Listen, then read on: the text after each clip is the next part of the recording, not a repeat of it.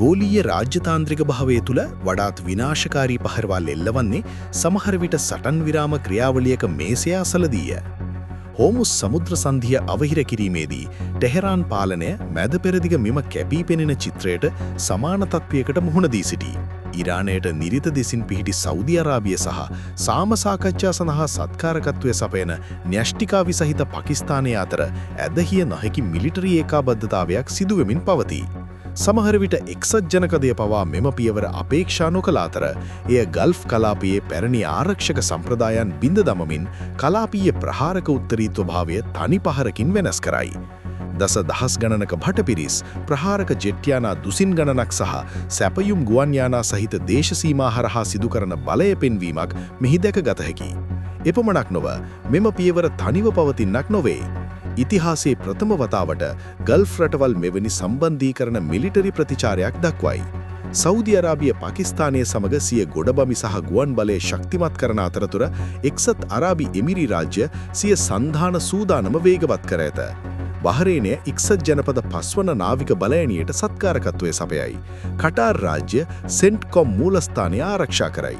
නමුත් ටෙහෙරානයට එල්ල වූ සැබෑ බෝම්බය වූයි රියාද් සහ ඉස්ලාමාබාද් මිලිටරිමය වශයෙන් එක්වීමයි. පාකිස්තාන හමුදාව විසින් සෞදි අරාබියේ හදවතට එනම් නැගෙනහිර පළාතේ වඩාත්ම උපායමාර්ගික ස්ථානයට යොදවා ඇති එම ප්‍රබල සටන් බලකාය සියලු සමතුලිතතාවයන් වෙනස් කර ඇත. අපි කතා කරන්නේ එක රැයකින් කිං අබ්දුල් අසීස් ගුවන් කඳවුර නොබිඳිය හැටි බලකුටුවක් බවට පත් කළ ප්‍රභූ පාකිස්තාන සොල්දාදුවන් 14000ක් සහ ඉරානයේ හදවතට එල්ල කර ඇති එම රුදුරු සටන් බලඇණිය ගැනය. මෙම යෙදවීම අහම්බයක් නොවේ. කිං අබ්දුල් අසීස් ගුවන් කඳවුර යනු ඉරාන දේශසීමාවට ආසන්නතම උපායමාර්ගික සෞදි පහසුකම් වලින් එකකි.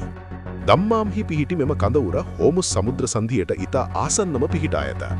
වෙනත් වචනවලින් කිව්වොත් පාකිස්තාන ජෙට්යානා සහ සොල්දාදුවන් ඉරානයේ දොරකඩටම පැමිණ ඇත. දැන් සෞදි අරාබියේ සහ පාකිස්තානයේ දැවන්ත ඒකාබද්ධ මිලිටරි බලකායක් ඉරාන දේශසීමාවේ සිට ඉතා කෙටි ගුවන් ගමන් දුරකින් සිටී.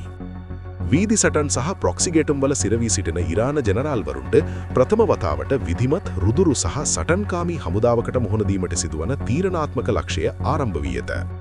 කෙසේ වෙතත් සැබවින්ම පුදුමයට කරුණු වන්නේ පාකිස්තානයේ සිය වඩාත් ප්‍රභූ හමුදා ඒකක යොදා ගැනීමෙන් සෞදි අරාබියේ ඉරාන ප්‍රහාරවලින් ආරක්ෂා කිරීමට අවශ්‍ය වීමයි. මන්දියත් වසර ගණනාවක් තිස්සේ ත්‍රස්තවාදයට සහ අසමමිතික යුද්ධවලට මුහුණ දී පන්නරේ ලැබූ දේශසීමා මෙහෙයුම් පිළිබඳ අත්දැකීම් ඇති පාකිස්තාන හමුදාවේ වඩාත් ප්‍රභූ පාබල සහ විශේෂ බලකා භටයින් මෙහි පැමිණෙමින් සිටින බැවිනි. තත්පර කිහිපයකින් ගල්ෆ් කලාපයේ උණුසුම් වැලි මත මාරණාතික උගුල් ඇතිවිය හැකි ගුවන් ආරක්ෂක විශේෂඥයින් සහ සතුරා අඩපණ කළ හැකි යාන්ත්‍රික සන්නද්ධ ඒකකද පැමිණෙමින් තිබේ. පාකිස්තානයේ 10 වන සහ 11 වන බලඇණි වලින් විශේෂයෙන් තෝරාගත් මෙම ප්‍රහාරක බලකාය සෞදි අරාබියේ ආරක්ෂක වලලු ශක්තිමත් කිරීමට යොදවනු ඇත. නමුත් සැබෑ භීතිය පවතින්නේ ගොඩබිම ගමන් කරන සොල්දාදුවන් තුළ නොව අහසේ පවතින එම නිහඬ සමාව නොදෙන අන්ධකාරය තුළයි. කිං අබ්දුල් අසීස් ගුවන් කඳවුරේ ධාවන පතවලින් එකින් එක අහසට නැගෙන එම අලු පැහැති මාරාන්තික සෙවනැලි එනම් JB-10 තණ්ඩ බ්ලොක් 3 සහ J-10C ප්‍රහාරක ජෙට්යානාය. මේව සාමාන්‍ය ජෙට්යානා නොවේ. ඒවායේ ඇති උසස් AESA රේඩාර් තාක්ෂණය නිසා ගල්ෆ් කලාපයේ අනෙක් පැත්තේ ඇති ඉරාන කඳවුරුවල මැස්සෙකුගේ පියාසර කිරීම පවා ක්ෂණිකව හඳුනාගත හැකි තාක්ෂණික විලෝපිකයන් වේ. ඒවා සතුරු මිසයිල මධ්‍ය අහසේදී අන්ධ කරන සහ ඔවුන්ගේ පද්ධති අඩපණ කරන පියාසර මූලස්ථානවැනිය. ඔවුන්ගේ පියාපත්යට ඇති PL-15 දිගුදුර ගුවන් මිසයිල මගින් ඉරානයේ ඩ්‍රෝන ප්‍රහාරවලට එරෙහිව සැලකිය යුතු ආරක්ෂාවක් සපයයි. කෙටියෙන් කිව්වහොත් සෞදි අරාබිය සහ පාකිස්තානයේ අතර පූර්ණ ගුවන් ආරක්ෂක පවුරක් ඉදිවෙමින් පවතී.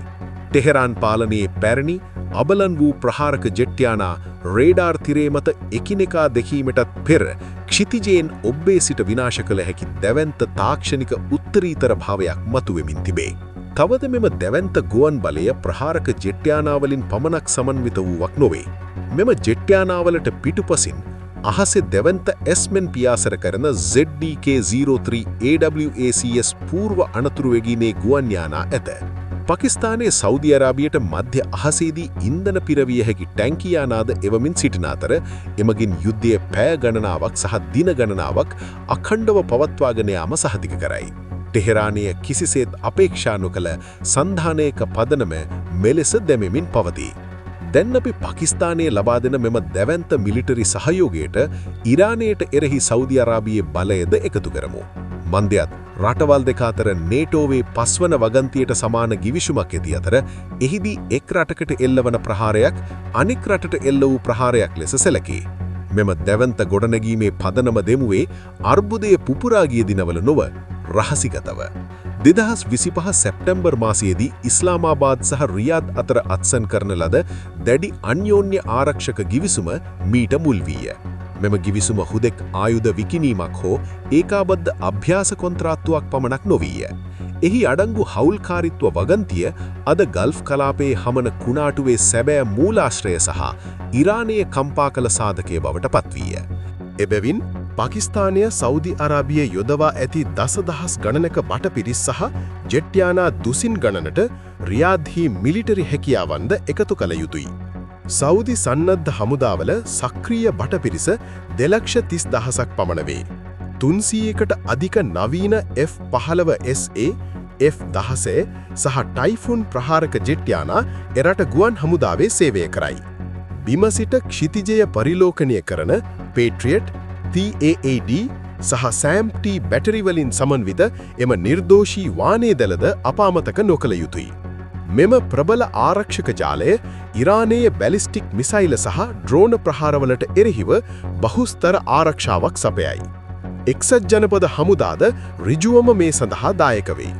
ප්‍රින්ස් සුල්තාන් ගුවන් කඳවුරේ ස්ථානගත කර ඇති F-35 සහ F-15 බලඇණි සෞදි ගුවන් ආරක්ෂක පද්ධති සමග ඒකාබද්ධව ක්‍රියා කරයි. සෞදි පසෙහි සිටින එක්සත් ජනපද හමුදා ශක්තිය 3,000-4,000 අතර වේ. මෙලෙස සෞදි අරාබිය, පාකිස්තානය සහ අතිරේකව එක්සත් ජනපදයේ යන තිදෙනාගෙන් සැදී සන්ධානයක් අප ඉදිරියේ නිර්මාණය වේ. ගල්ෆ් කලාපයේ මැවන චිත්‍රය දැන් වඩාත් පැහැදිලි නෙද්ද? සෞදි අරාබියේ බිලියන ගණනක තාක්ෂණික යටිතල පහසුකම් පාකිස්තානයේ ආක්‍රමණශීලී සහ සටන්කාමී ගුවන් මෙහෙයුම් මානසිකත්වය සමග ඒකාබද්ධ වී ඇත. සෞදි රේඩාර්වල දැවැන්ත පරාසය සහ පාකිස්තාන මිසයිලවල මාරාන්තික නිර්වද්‍යතාවය තනි ඒකකයක් බවට පත්ව ඇත. අනෙක් අතට එක්සත් ජනපදය කලාපයේ මෙම ඒකාබද්ධ බලකාය සඳහා ගල්ෆ් ආරක්ෂක කුඩය විවෘත කළය. ටෙහෙරාන් ජෙනරාල්වරුන්ගේ භූගත බංගර්වල යෝධ තිරමත පිළිබිඹුවන මෙම චිත්‍රය හුදෙක් උපායශීලී අවාසියක් පමණක් නොවේ. මෙය පූර්ණ මානසික බිඳවැටීමකි.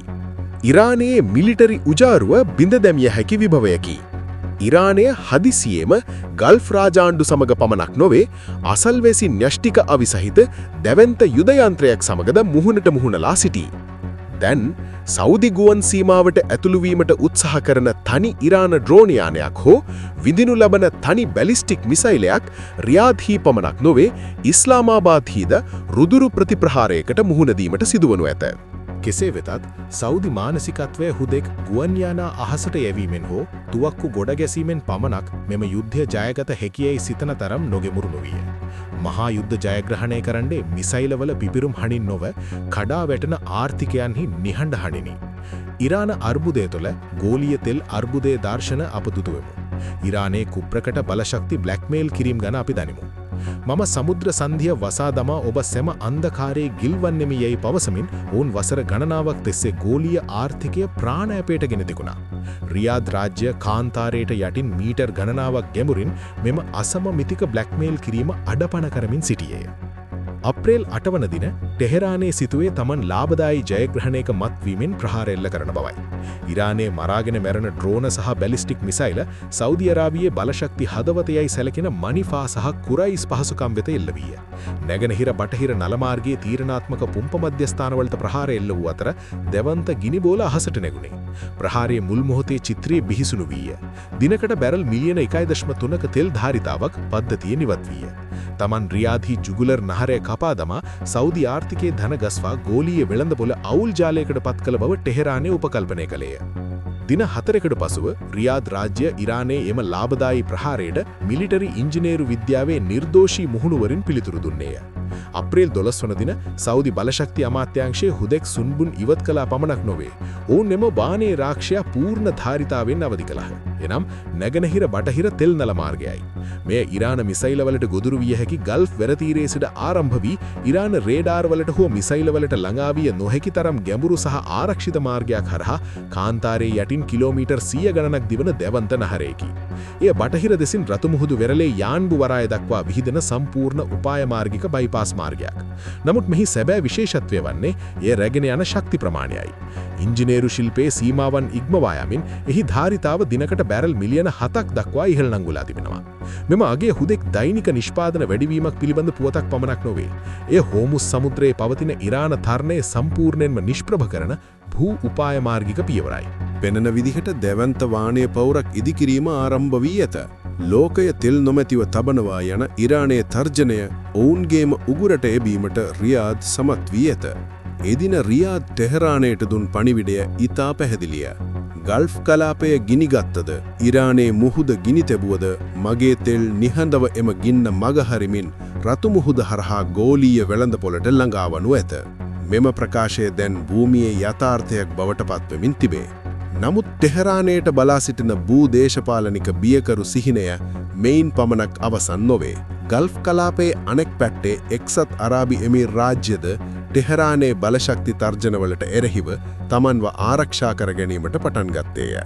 අබුඩාබි රාජ්‍ය බිලියන ගණනක විකල්ප තෙල් නල මාර්ගයක් රහසිගතව ක්‍රියාත්මක කර ඇත. කිලෝමීටර් 380ක් දිග හබ්ෂාන් ෆුජේරා තෙල් නල මාර්ගය හරහා හෝමුස් සමුද්‍ර සන්ධියට ස්පර්ශ නොවී දිනකට තෙල් බැරල් මිලියන 1.5-1.8 අතර ප්‍රමාණයක් කෙලින්ම ගල්ෆ් ඕමාන් වෙරළේ ෆුජේරා වරාය වෙත ගලා යයි. නමුත් මෙම නලමාර්ගයේ වඩාත්ම විනාශකාරී අංගය එහි ධාරිතාව හෝ පිරිවැය නොවේ. ටෙහරානයේ පිස්සුවට්ටන සැබෑ විස්තරය සැඟවී ඇත්තේ මෙම වානේ මාර්ගයේ පිටුපස ඇති රාජ්‍යතාන්ත්‍රික උත්ප්‍රාසය තුලයි. මෙම නලමාර්ගය ඉදිකිරීමට චීන සමාගම් සම්බන්ධ වූ බව කියනු ලැබේ. ඉරානයේ ජාත්‍යන්තර තලයේ විශ්වාස තබන එකම ප්‍රධාන බලවතාවන්නේ චීනයයි. ඉරානයේ තෙල් මිලදී ගන්න විශාලතම පාරිභෝගිකයා සහ ඔවුන්ගේ වඩාත්ම විශ්වාසවන්ත මිතුරා වන්නේ චීනයයි. එහෙත් ගල්ෆ් අරාබි රටවලට ඉරානයේ බ්ලැක්මේල් කිරීම් වලින් ගැලවීමට අවශ්‍ය යටිතල පහසුකම් තමන්ගේම දෑතින් ගොඩනගා දී ඇත්තේ ඉරානයේ සමීපතම මිතුරා විසින්. රාජ්‍යතාන්ත්‍රික භාවය, ගෝලීය අවශ්‍යතා සහ මුදලේ බලය පිළිබඳ මෙවැනි නින්දිත සහ කුතුහලය ධනවන මුහුණුවරක් නූතන ඉතිහාසයේ කලාතුරකින් දක්නට ලැබේ. ඉරානයේ කම්පා කරවන තොරතුරු මෙයින් නතර නොවේ. එක්සත් අරාබි එමිර් රාජ්‍ය මාර්තු 27 වන දින ප්‍රසිද්ධියේ ප්‍රකාශ කළේ තමන් සන්දානයට එක්වීමට සූදානම් බවයි. ජෙබල් අලි, හේබල් අලි වරාය සන්දාන සැපයුම් සඳහා වෙන් කරන ලදී. අල් දෆ්රා කඳවුරු එක්සත් ජනපද හමුදාවන්ට විවෘතව පවතී. එරට මෙවැනි මිලිටරි පූර්වාරක්ෂාවන් ගැනීම සාමාන්‍ය බයකි. මන්ද අප්‍රේල් 8 වන දින ඉරානයේ බැලිස්ටික් මිසයිල 17ක් සහ ඩ්‍රෝන 35කින් එක්සත් අරාබි එමිර් රාජ්‍යයට ප්‍රහාර එල්ල කළ බැවිනි.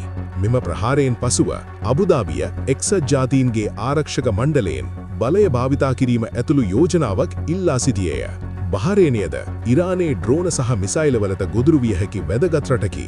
එහි එක්සත් ජනපද පසුවන නාවික බලයනි මූලස්ථානය පිහිටා ඇති අතර බහරේනිය ඒ ආරක්ෂා කිරීමට සියලු සම්පත් බලමුළු ගන්වා ඇත. කුවේටයද ඉරානයට එරෙහිව එක්සත් ජනපදයේ සමග මිලිටරි සහයෝගීතාව පෙන්වයි. කටාර් රාජ්‍යද එම උපාය මාර්ගෙම අනුගමනය කරයි. තනිතනිව ගත් කල සමහර විට මෙම කිසිදු රටක් ඉරානයට එරෙහිව තීරණාත්මක බලවේගයක් නොවනු ඇත. නමුත් ඔවුන් සියල්ලෝම එක්ව දැවැන්ත ආරක්ෂක කුඩක් සාදයි. කඳවුරු, වරායවල්, රේඩාර් ජාලයන් සහ සැපයුම් මාර්ග සියල්ල එකිනෙකට සම්බන්ධ වෙමින් පවතී. පාකිස්තානයේ සහ සෞදි අරාබිය විසින් ආරම්භ කරන ලද මෙම ඒකාබද්ධ ආරක්ෂක බලකාය ක්‍රමයෙන් මුළු ගල්ෆ් කලාපයේ පුරාම ව්‍යාප්ත වෙමින් පවතී. ඉරාන පාර්ශවයෙන් බලන කල තත්ත්වය එතරම් යහපත් නොවේ. ටෙහෙරාන් පාලනය මිලිටරිමය වශයෙන් පමණක් නොව ආර්ථික වශයෙන්ද වටලෑමට ලක්ව ඇත. තවද ඔවුන් රාජ්‍යතාන්ත්‍රික ක්ෂේත්‍රය තුළ තනි වී ඇත. රුසියාව සිය යුද්ධය සමග කාර්යබහුලයි. චීනයට සිය බලශක්ති සැපයුම් දාමය ආරක්ෂා කර ගැනීම සඳහා ගල්ෆ් රටවල් සමග සබඳතා බිඳ දමා ගැනීමට අවශ්‍ය නැහැ.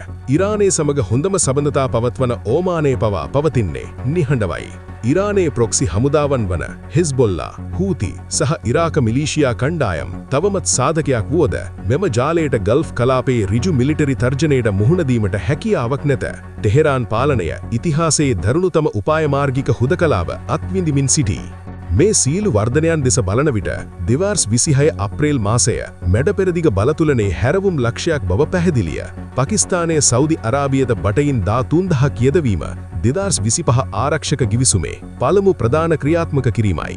තවද වානය නලමාර්ග මගින් ඉරානයේ ප්‍රබලම උපායමාර්ගික කාඩ් පතවන හෝමුස් බ්ලැක්මේල් කිරීම ඉතිහාසයේ කුණුකුටුවට යවමින් තිබේ. ඉරානයට මෙම බහුපාර්ශවික වටලෑම බිඳ දෙමීමට මඩක් සොයාගන්න නොහැකි වුවොත් ඉදිරි සතිවලදී ටෙහෙරාන් පාලනය ඉතිහාසයේ බරපතලම ආර්ථික හා මිලිටරි පීඩනයකට මුහුණ දෙනු ඇත. නමුත් යුද්ධයේ ස්වභාවය අනුව කොන් වූ නළුවා වඩාත් භයානක නළුවාය. ඉරානයේ ඩ්‍රෝන සහ බැලිස්ටික් මිසයිලවලට තවමත් ගින්නක් ඇති කරන්න හැකි.